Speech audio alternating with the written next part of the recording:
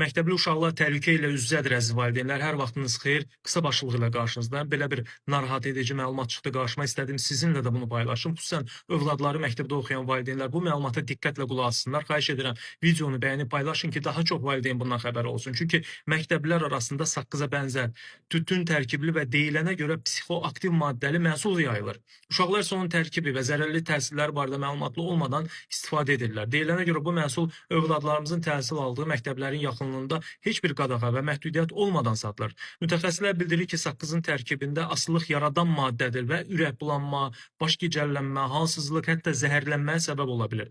Hazırda ekspertlər bu məhsulun nə qədər təhlükəli olması ilə bağlı araşdırma aparır. Yəqin ki, yaxın günlərdə araşdırma nəticəsi açıqlanacaq. Həmçinin zərərli vərdişlərin qarşısının alınması məqsədilə polis əməkdaşları tərəfindən ticarət obyektlərində və məktəblər ətrafında müvafiq yoxlama və nəzarət fəaliyyəti davam etdirilir. Bu yüzden valideynlərdən övladlarına nəzarəti gücləndirmələri xahiş olunur.